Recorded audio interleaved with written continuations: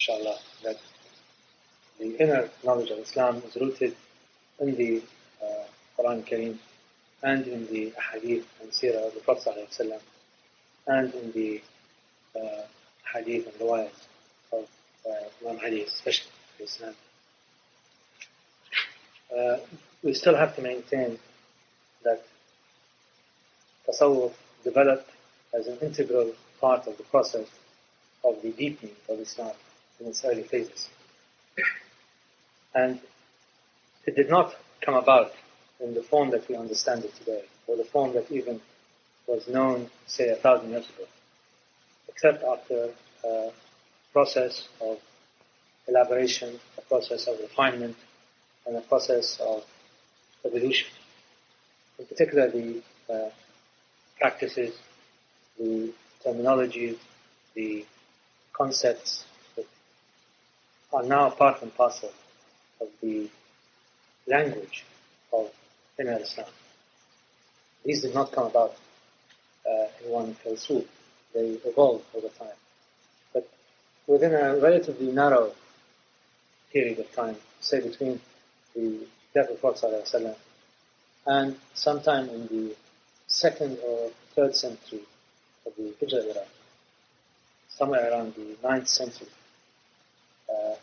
of the Common Era, the forms began to be gelled, the forms of the path, in terms of its practices, in terms of its rituals, in terms of its concepts, and in particular in terms of the modes and the states which govern the passage of the Wayfarer, became established sometimes around the 2nd to 3rd century of the Hijrah.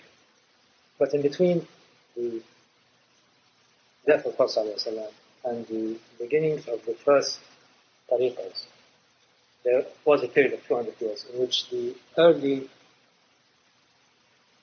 rudimentary forms of Islamic rituals and the way that they were practiced and the way they were elaborated by the early Muslims, how they blended and merged into what we recognize as being what we now recognize as being the separate school of Tasawwuf. I don't want to claim that it was a movement from a primitive understanding of the ways and means of the inner path towards a more formal understanding. The early masters did not need the refinements that we take now for granted. The early masters were in close contact, if not with the Prophet ﷺ, at least with the immediate successors and the successors to those.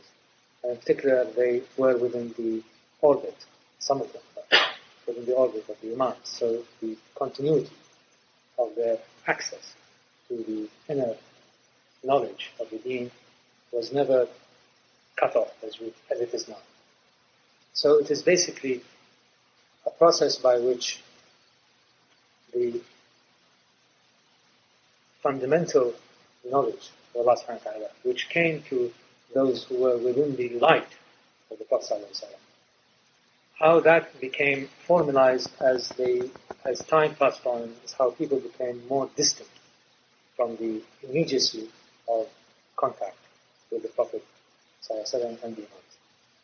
So it's as if one way or one pattern of knowledge, which was based upon intuition, based upon access, immediate access, based upon being in the vicinity and proximity of the Prophet ﷺ, the Imams, how that blended over time in a manner which I can only describe as being part of the mercy of Allah subhanahu wa ta'ala to make us all aware, or make us all able to face the inner dimensions of the deen. It blended into each other until it became formalized and gelled. In the earliest community of Muslims, there was a group. There were in fact two groups whom one could claim to be zuhad, or state to be zuhad, who are, in the parlance of today, those who practice abstinence, those who practice the denial. And the first group was built around the close Sahaba of Imam Ali alayhi salam, Shi'at Ali. And we know them, famous group built around Salman al-Farisi, Abadar, Maqdad, Ammar ibn Yasir. These people who were very, very close and very proximate to the Imam benefited naturally from his insights and from his knowledge of the inner aspects of the deen. Another group of people, probably a larger group of people, are known as Ahl al-Safa, the people of the bench or the people of the veranda. These were a group of people, primarily from the those who emigrated with the Prophet from Mecca to Medina, who collected around the Prophet's mosque and occupied a prominent place outside of the boundaries of the inner sanctum. And they numbered anywhere from 300 to 400. Most of the sources state that there were about 300 or so. And they practiced, at the time of the Prophet, forms of asceticism, forms of denial, forms of abstinence that emphasize their poverty to Allah subhanahu wa ta'ala and became their hallmark. They were known and recognized by the community of Muslims in Medina as a special group, those who practiced, those who maintained a state of zuhd or abstinence.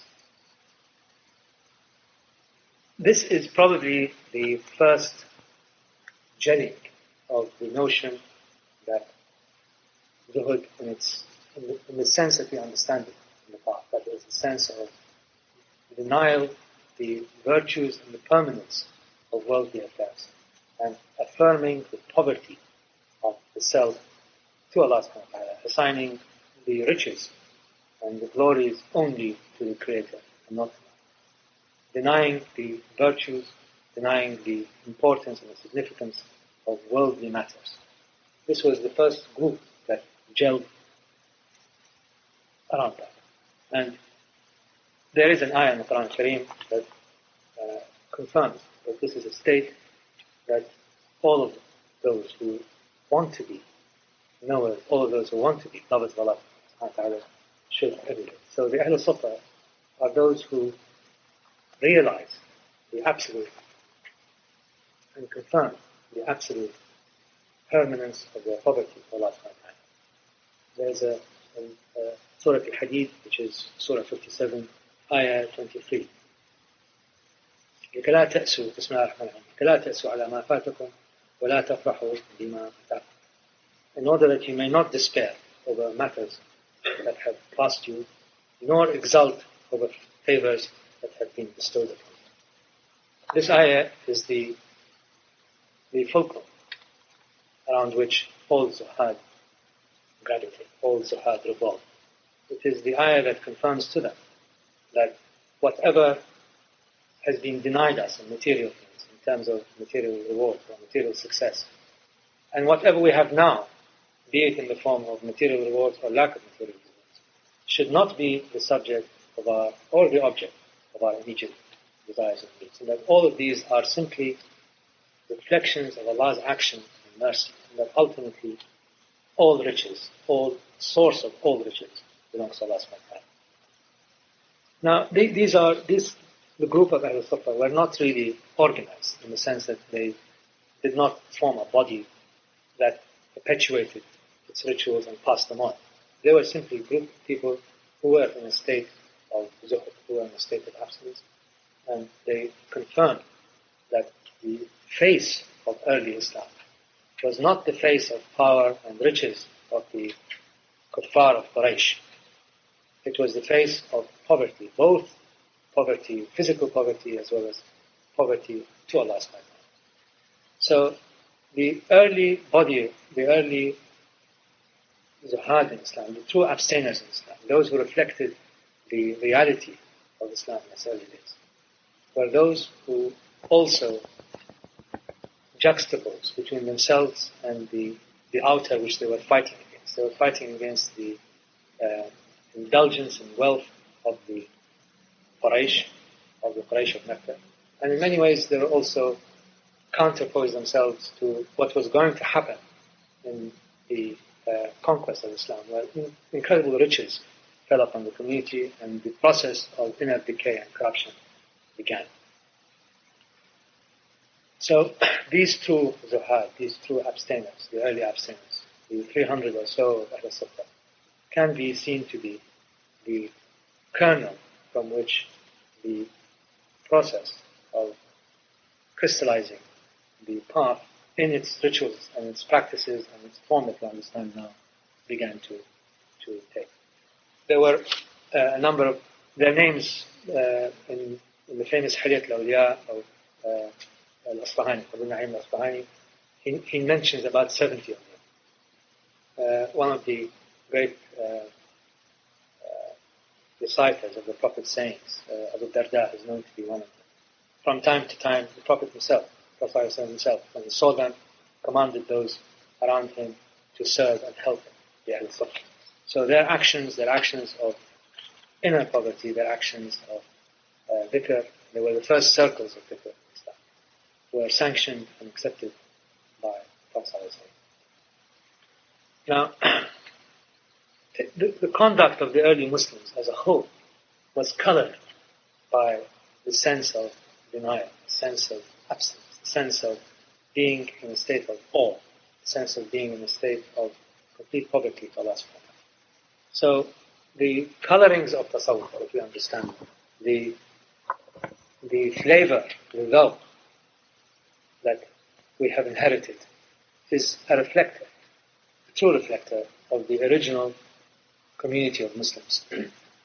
Those of them who were rich a lot of them gave up their wealth. Abu Bakr gave up enormous amount of wealth to join the jihad of the Prophet. Many merchants who had access to all kinds of riches, as part of their cutting themselves off from their inheritance of being part of the Qurayshi community, being part of the community of merchants, being part of the community of those who loved the dunya, gave away their wealth. So these actions, these signals of the early Muslims, that zuhud, or abstinence, and distancing from involvement in worldly affairs, was part of the early colorings of Islam. Of course, the master of all the zuhad is Ali Allawi. And again, there are all kinds of references, occasions, from Najib al-Awwal would show the complete disdain in which the Imam held worldly possessions and worldly goods. Now, there is also a difference between the zuhud, or the absence of the early Muslims, from what was later latched onto them. These are simply reflections of customs of the environment in which they later found themselves. For example, the custom of priests, of the priesthood in Christianity, the sense of wearing coarse clothes and eating coarse food and denying and so on. That this is somehow part of the inheritance that Islam received from the Byzantine world. In reality, this is not completely true. There obviously was interaction, but in the geographical confines of Mecca and Medina, there were hardly any priesthood to look at. At the same time, zuhud in Islam does not mean complete denial in the priestly sense of the word. For example, marriage was an integral element of the completion of a Muslim's deen, and that Ibn Abbas, who is again a great citer of the Prophet saying, has a saying in which it is not possible to be in a state of zuhud if you deny the state of marriage and the family. So, some Orientalists have claimed that these signs of early tasawwuf were inherited from the Christian world. And I think this one can dismiss that out of hand for maybe two, possibly three reasons. First one is the limited contact the early Muslims had in Mecca and Medina with the Christian world. Second is that the sense of abstinence in Islam is not abstinence from worldly goods per se. It is the denial of the significance and the primacy of the world in the construct of one's actions and the construct of one's beliefs.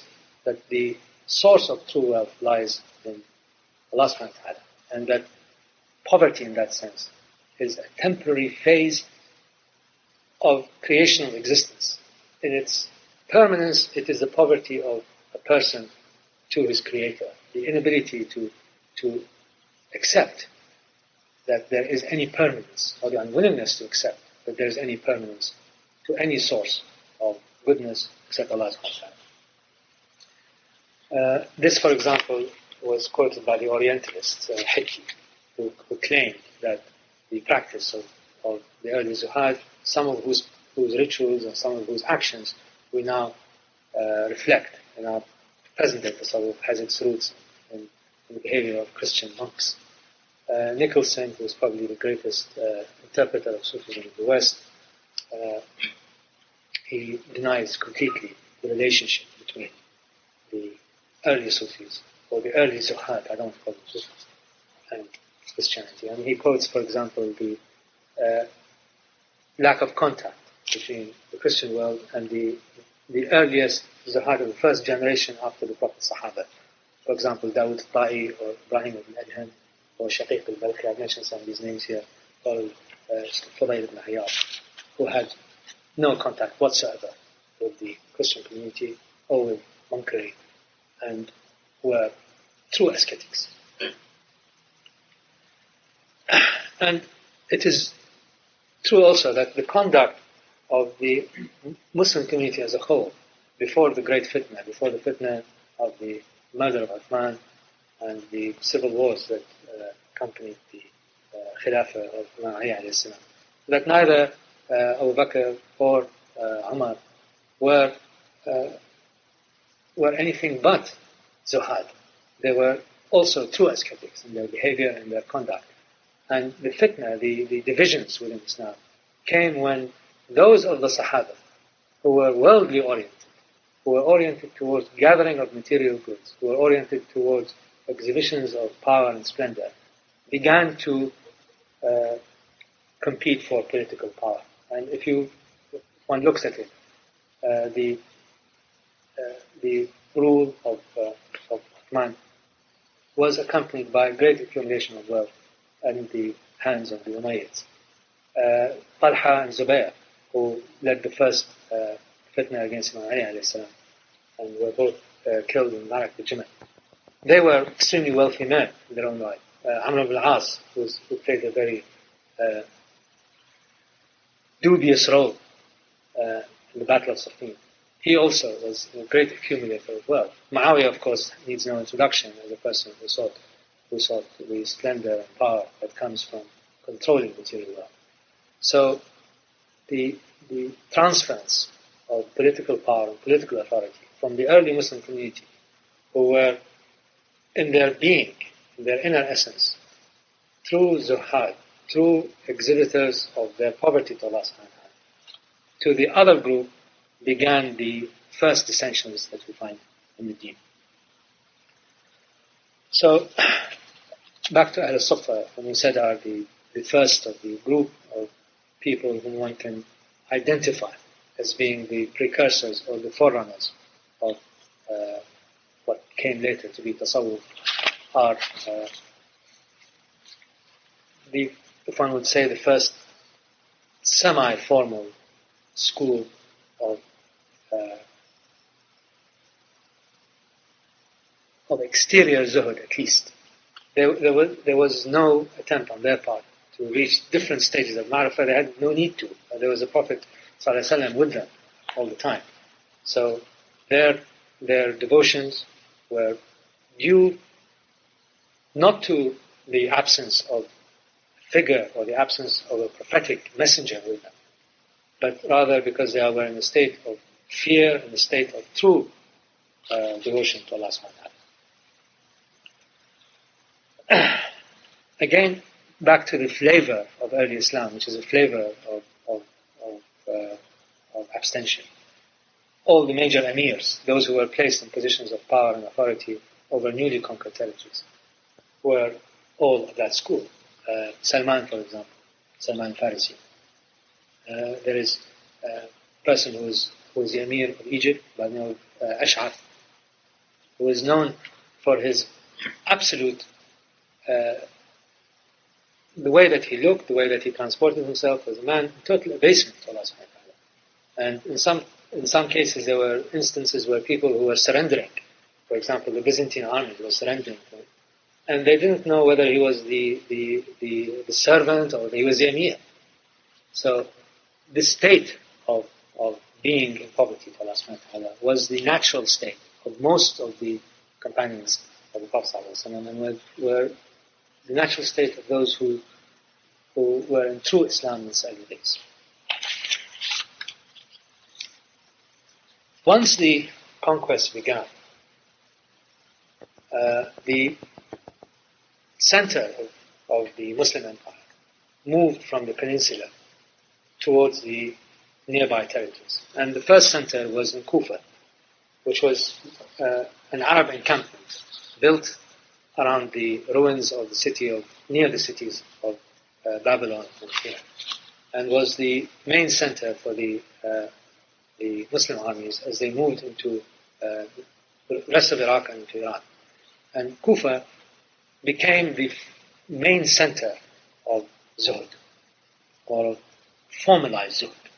It had mainly an Arab majority. Most of the people in Kufa were from Yemeni tribes, although it had quite a significant minority of Persians, but Persians drawn from the nearby territories to Iraq, from the area of Muhammara and what is now Ahwaz. And it became the capital of the Imam Ali in his many wars against Muawiyah, against the Khawarij, against Talha and Zubair. And it became also a center for the early Shia. Now, there's no doubt that the Imam ﷺ had a great influence on the early Zuhad, the early ascetics of Islam.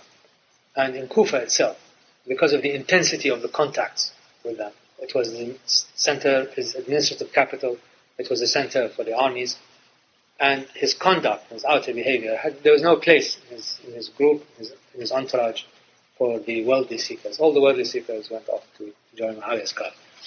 And this is when the Zuhad, the abstainers, began to become more of a school, became more organized in their devotions, became more organized in their system of thought, became more organized in their inner knowledge.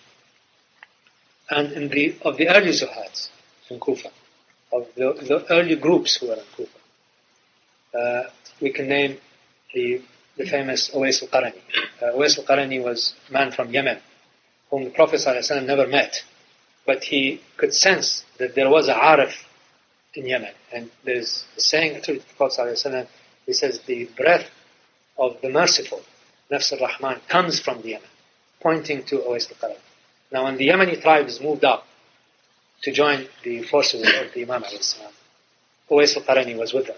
He did not meet the Prophet, but he is known to be amongst those adepts as being as being the guide of all of those of us, inshallah, along the path who do not belong to a particular school.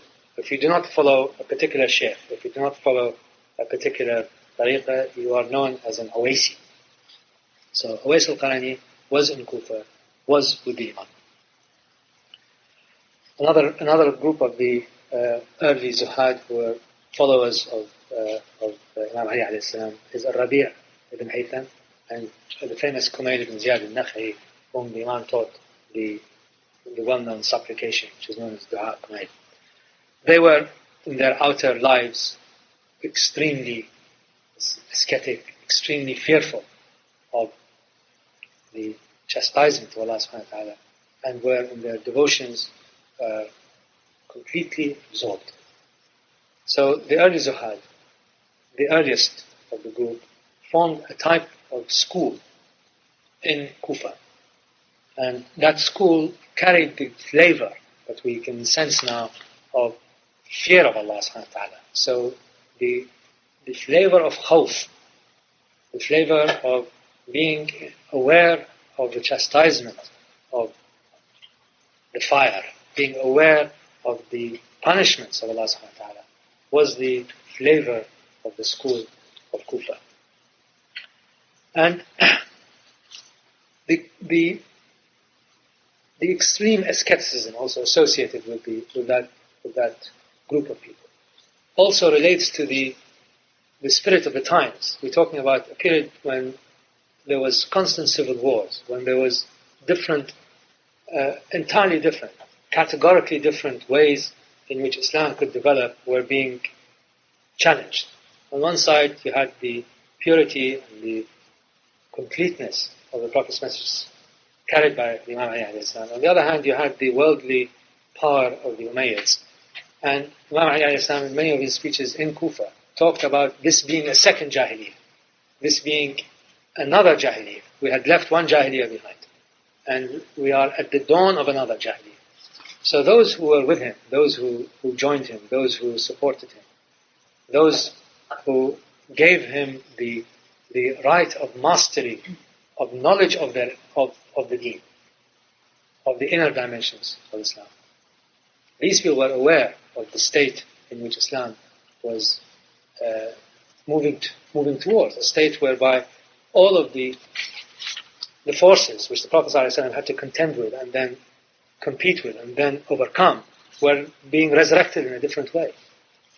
So the zuhud, the abstention of the denial of the early zuhad was to a large extent due to the circumstances in which they found themselves and the circumstances of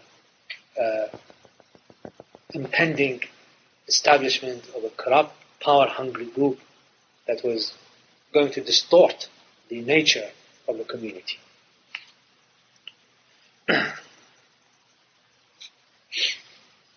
So, in Kufa, in the early days, we're talking about the year 660, 80, 60 to 100, the beginnings of what we understand to be the outer forms of tasawwuf began to be crystallized. For example, this was the first period at which the wearing of wool as the outer garment of the abstainers came to be.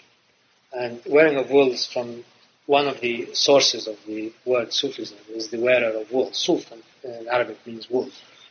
And this was when they began, a certain group of them began to wear wool as a sign of their rejection of the material world, as a sign of their denial of the importance of material possessions. And this was also the period whereby the first person who was called a Sufi was a Kufan, and he is known as Abu Hashim al-Sufi. So the word Sufi began to be used in the early days, in the year 60 to 100, to describe those people who had denounced the material extravagance of the Umayyads and who separated themselves from the rest of society, not only by their inner devotions but also by their outer garments. My own reading is that there may have been 3 different people whom the word Sufi was applied to as representing that way of conduct and that way of devotions. The first one I don't pay much credence to. His name is Jabir ibn Hayyan, who was a polymath, and he was a student of Imam Ja'far al-Sadiq, but his relationship with Kufa was extremely tenuous. And although he was called subsequently a Sufi, it may have been as an ex-post event. The other person is a man by the name Abduka or Abdul Karim al-Sufi, who was also a Kufa. And he was, his historic existence is not in doubt.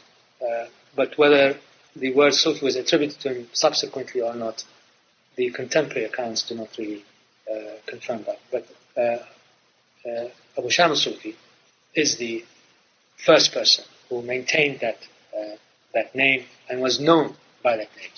And he was from Kufa.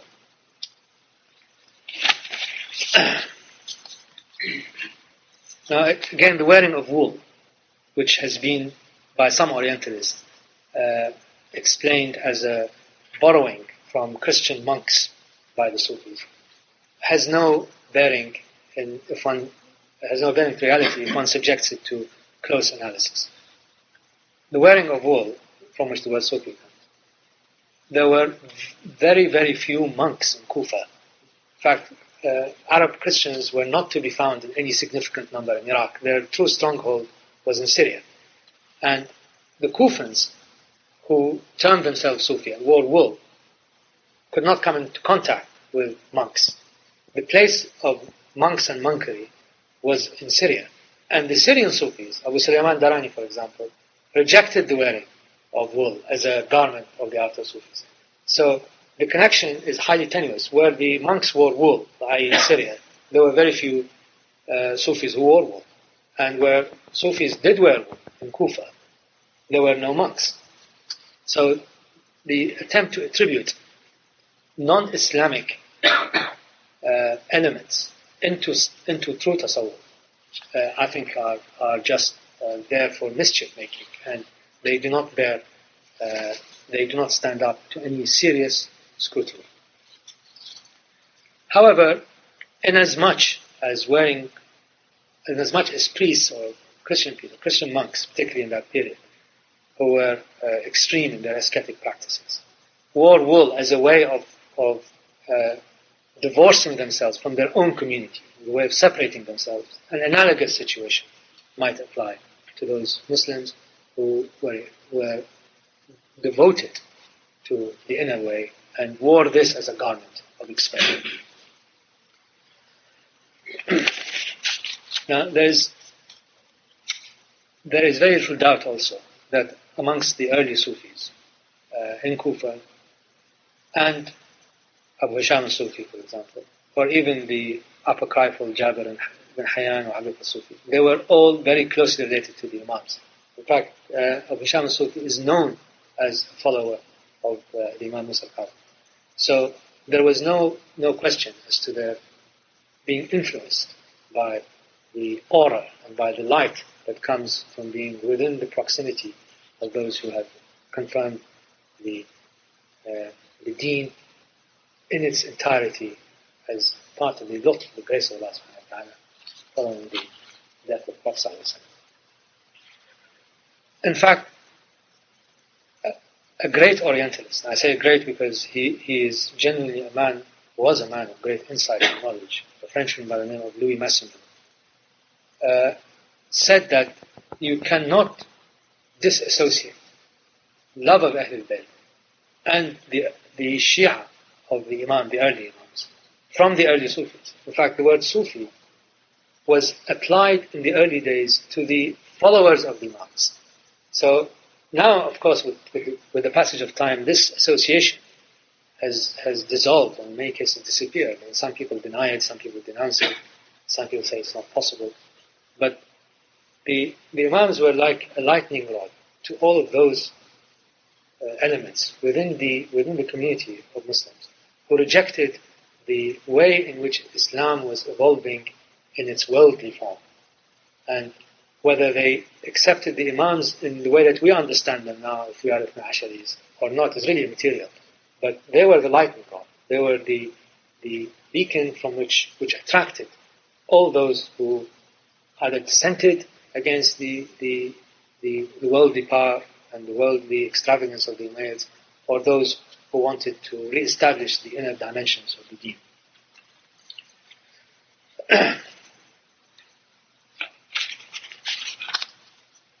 Amongst this list that I put of the early masters, I could go on some more, but these are the most well known. In the first 200 years of after the Hijrah, these are all masters before the word or the schools of Tasawwuf became established. And you will see that they come from a variety of backgrounds, and they come from a variety of ethnic origins, and their locus here of their activities was in various parts of the Muslim world. The earliest one, nearly all the great silsilas, all the great tariqas, are linked to Hasan al-Basri. I'll discuss him more in the future as we go on.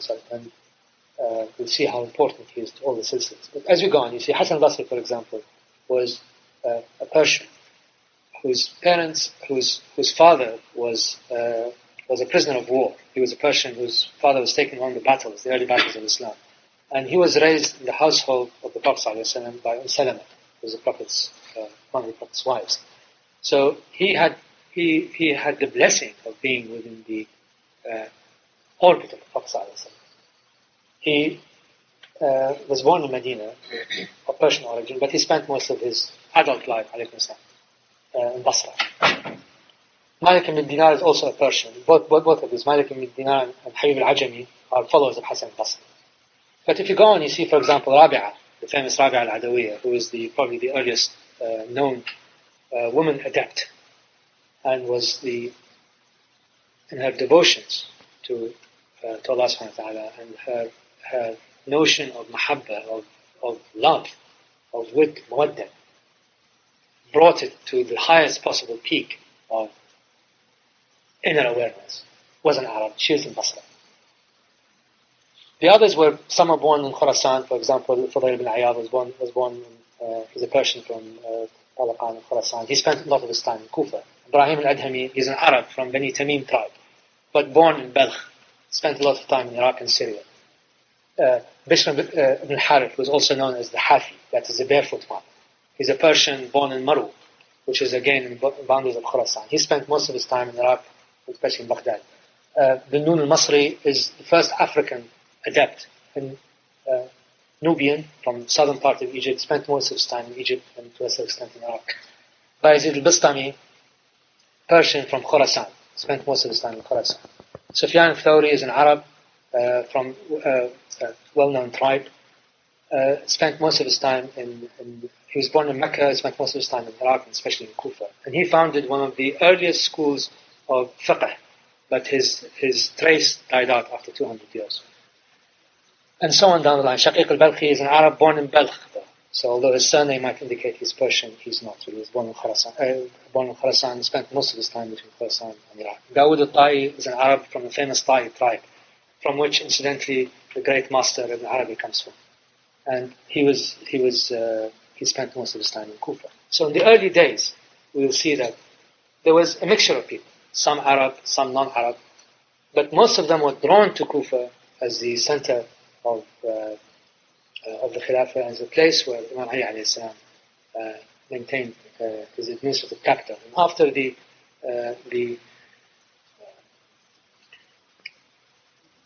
control that the Umayyads established on Iraq as a result of the usurpation of the Khilafah by Muawiyah, Kufa continued to be a center of uprising and dissent, both in the physical sense as well as in the spiritual sense. And some of these people, some of the great Kufans, died in jihads, in Zaydi revolts, revolts of those lovers of Ahlul Bayt who rose up against the Umayyads. So the combination of inner devotion and outer action was part of the earliest of the jihad. Dawood al-Ta'i, for example, this adept, this master of Quran, died in the Zaydi uprisings. The center or the locus of attention moved from Kufa as the Umayyads confirmed their rule, and another center developed in Basra. Basra had a different flavor from Kufa. Kufa was a desert encampment full of soldiers in a state of constant upheavals, constant uprisings, dust. The area is very dusty there. If anybody has been to Iraq, you know that. It's near the Great Desert. Basra, on the other hand, was known even then as the land of India. It's Ard al-Hind. It was integrally related to trade and commerce with India and with the whole Gulf Coast, and was much more of a cosmopolitan place. It was much more mercantilist. It was oriented much more towards worldly affairs. And the kind of people who were the ascetics, the flavor of asceticism in Basra was different from that in Kufa. While in Kufa it was governed by this background of uprisings, upheaval, fear of Allah subhanahu wa ta'ala. In Kufa, in Basra, the flavor was that more of mawadda, was more that of the refinement of love, and the transformation of khawf, which is fear, into raja, which is the other aspect of it, the hope, could find its culmination in the masters of Basra. And of course Rabi'a was well known for her devotions, was the mistress of the Mahabbat Allah, the love of Allah as the way towards Allah. So, Hassan al-Basri is, as I said, is the starting point for most of the great tariqas. And he was the man who was said to be as close to his practice as possible to the Imam Ali alayhi salam.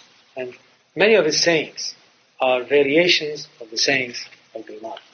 Many of his sermons, many of his speeches were variations of that. And he tried to reflect in his outer action and in his inner state the way of the Imam.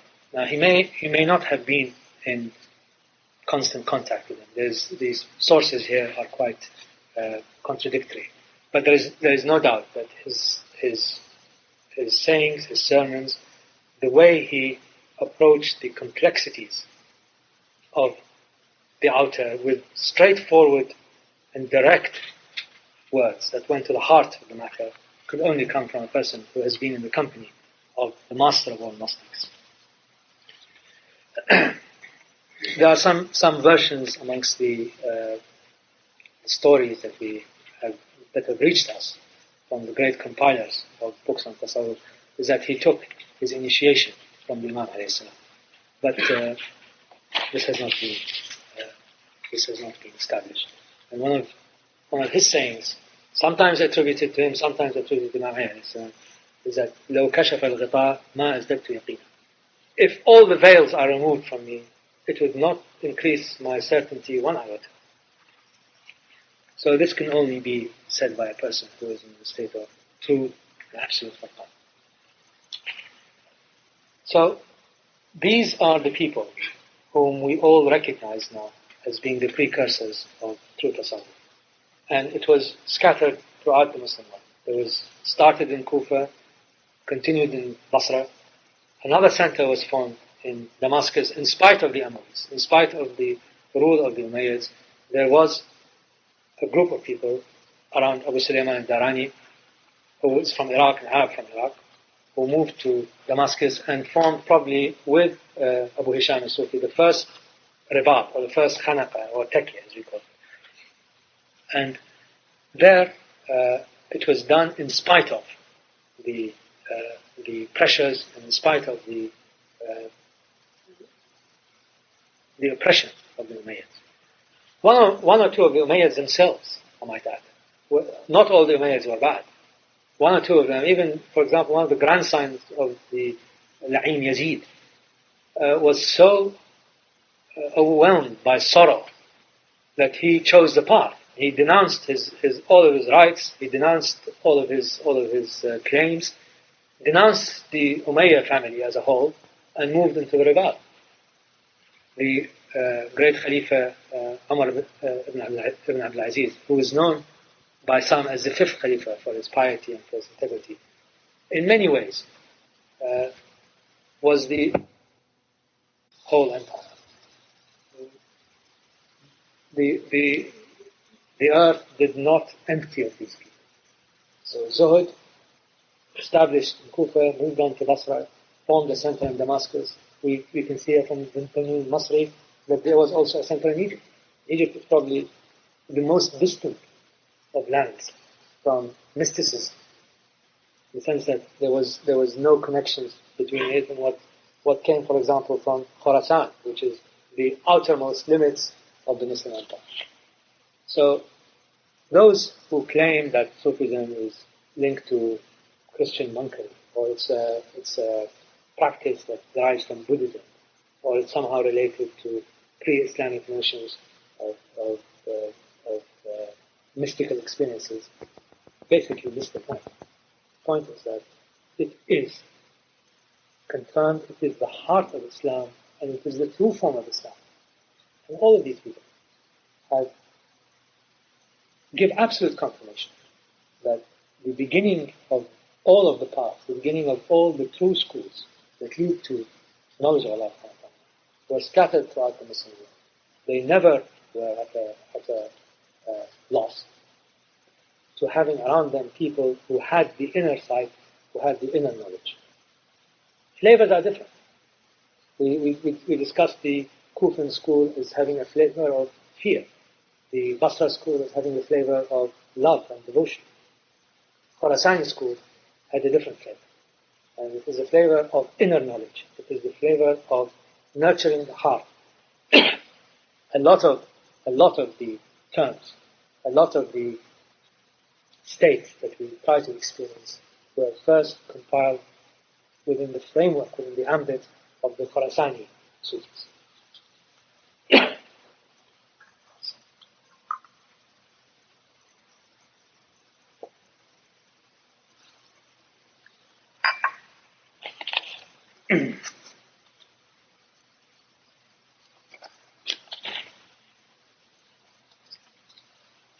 I'd like to turn now to some of the insight that these great masters, the early masters, brought to our understanding of the path and brought to our aid as we move along, inshallah.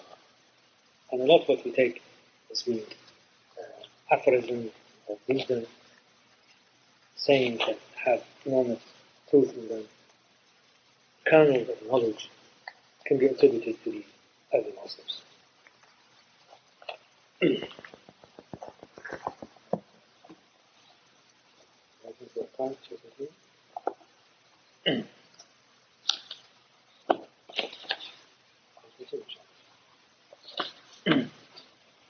For example, Fadhlalla ibn Ayad, who came to the path after a life of brigandage and was converted, so the stories tell us, as a result of him listening to an ayah from the Quran Kareem commanding all believers to remember Allah.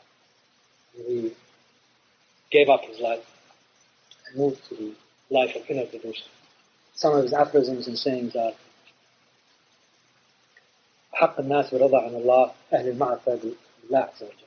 The most deserving of Allah's contentment are the people of knowledge of Allah's contentment. He said also, أصل الزهد الرضا عن الله تعالى. The essence of abstinence is to be content with Allah Ta'ala. He also said, من عرف الناس استراح. He who knows the reality of people is at peace with himself. He also said, خير العمل أخفاه. The best action is in secrecy. To keep distance from all shaitanic forces, keep your distance from self-conceit. The Nun Masri, Nubian, who is also known for his great poems of mahabba, of desire and need to be within the orbit of the divine. He said, they asked him, ما أخشى الحشاب وأشده. He answered, رؤية النفس وتدبيرها. The most effective and concealed of veils is the absorption of the self in itself and its machinations. He also said, one of the signs of the lovers of Allah is to follow the courtesies, actions, injunctions, and practices of Habib Allah. The Prophet.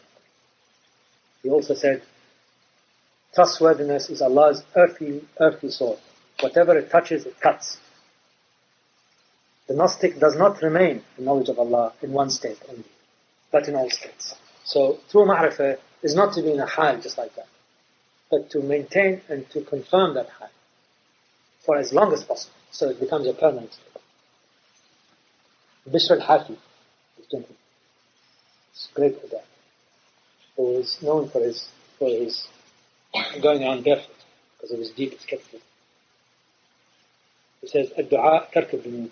True supplication is to abandon transgression. Without abandonment of our transgression, what is the point of supplication? What is the point of that? Dua, in order for it to take its true shape as a means of calling on Allah subhanahu wa ta'ala, the opposite to it, that is the reverse to it, must also take place. That is, the cause of that must be removed. The cause of the need for that must be removed. He said also, التوكل الانخلاع من الحول والقوة. True tawakkul, that is reliance on Allah subhanahu wa ta'ala, is to cease believing that you are your own source of power and strength. He also said, let your tongue be your heart's interpreter, and your visage its mirror. The eyes reflect the heart's condition. There are three hearts. The first is like a mountain, immovable. The second is like a palm tree. Its roots are firm, but is swayed by the wind. And the third is like a feather blowing left and right with the wind. Good courtesy is to cease harming people and to tolerate harm from them with no malice or spite. Harith al-Muhasibi, I think we had a talk on him once. He said, the strongest in overpowering the self is the one who accepts being overpowered by Allah subhanahu wa ta'ala. He said also, actions resulting from the heart's contemplation of the unseen is better than action from the movement of limbs and out of the motion. العمل بحركات القلوب في مطالعات الغيوب أشرف من العمل بحركات الجوارح. From these early masters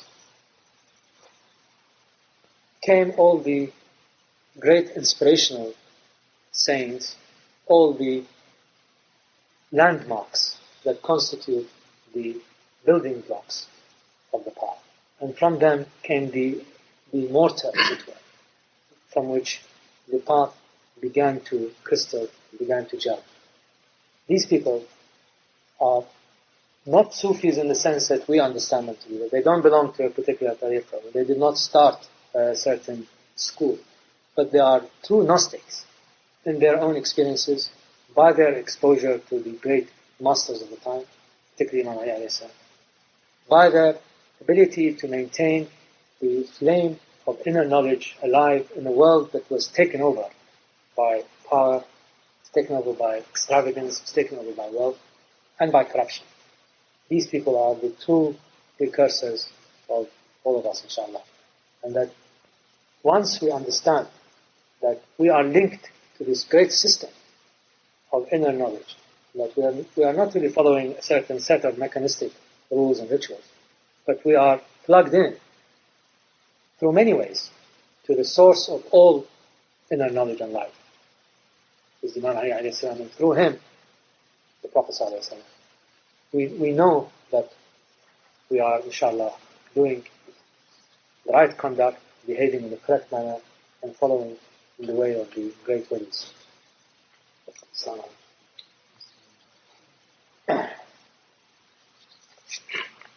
the next talk will go down from this to the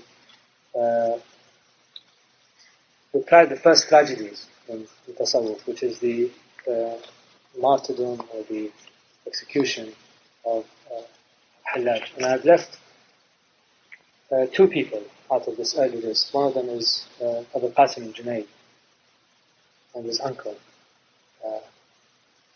because I'd like to devote more time to them, inshallah, in the next talk. And in the next talk, we'd also like to define the two main currents of Tasawwuf, which is the current of sobriety, represented by Al-Junayd, and the current of Sukr, which is represented by Yazid al-Bistami.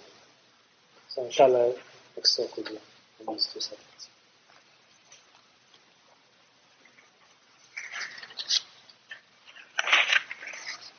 Are there any questions or observations, comments?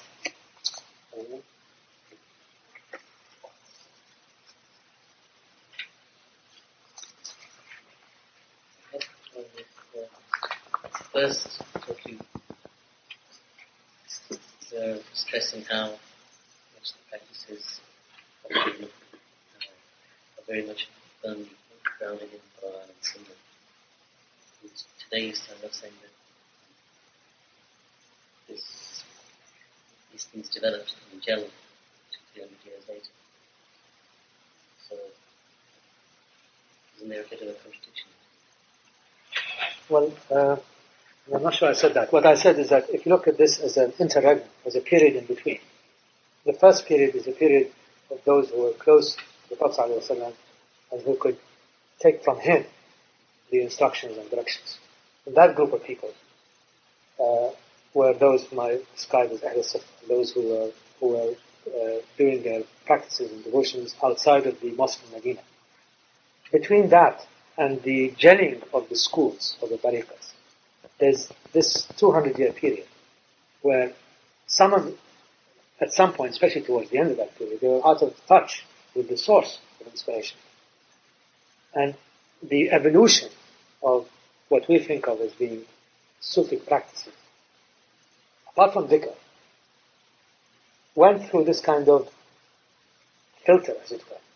And this filter added more rituals, more concepts, more mechanisms of learning, as it were, which the early people did not need. The early people had no need to be shown the way to Allah subhanahu wa ta'ala. They could see the Prophet ﷺ every day. As we move down the ages, the process of knowledge, the process of knowing, becomes more formalized and becomes more in need of ritual, more in need of some kind of mechanism and order. And that's when the tariqah started. But in between there's a sort of interregnum period in between. How does this answer the question? Can you give any example of practice? It is not so much the practice, Haider. I mean, these people did not practice, let us say, the relationship between murid and sheikh. It only came later. The idea or the notion that it is necessary to have a guide was not formalized there because they had their own access to inspiration. They did not need to have the structure of Mashiach. For example, take a person like Malik ibn Dinar. He was a follower of Hassan al-Basri. Hassan al-Basri did not have a tariqah, did not have a set of rules and rituals and orders and relationships that governed the way that he dealt with other people. He was a person of knowledge. That's all there was to it. And if you could either attach yourself to him or not, was the case. As you moved on, you needed to have that kind of relationship established. You needed to have that kind of practice affirmed. So this is just one example of certain rituals or certain relationships that were not there in the early days, but became necessary as we moved on.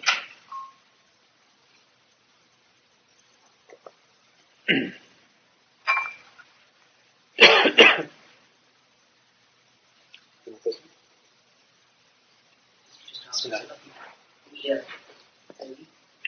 was reading one of Shaykh Fadhlalla's books about when, decreeing destiny.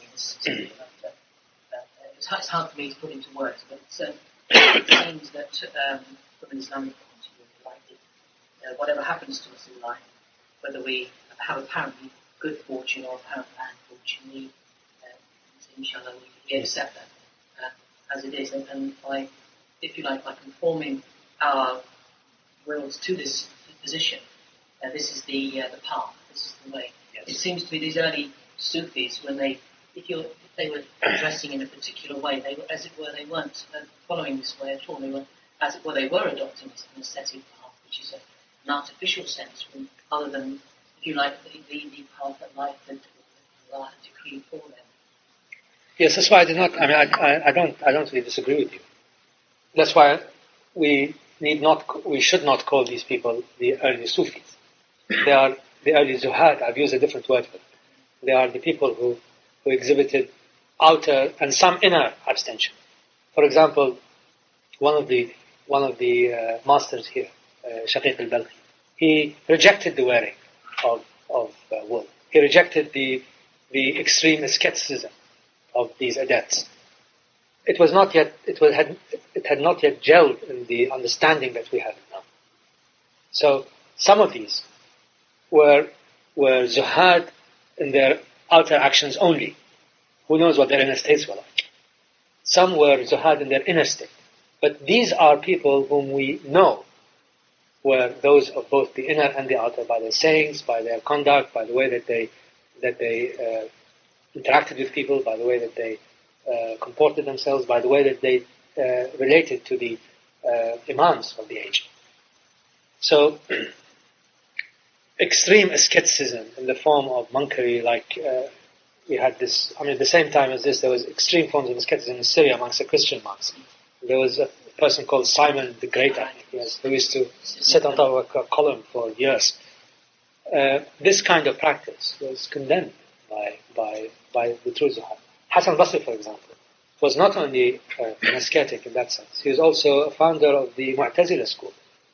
And he was a teacher of Wasil ibn Ata, so he was a founder of the Mu'tazila school. So he was both an interpreter of traditions as well as an instructor in matters relating to the outer aspects of the deen, to jurisprudence, while being an ascetic himself.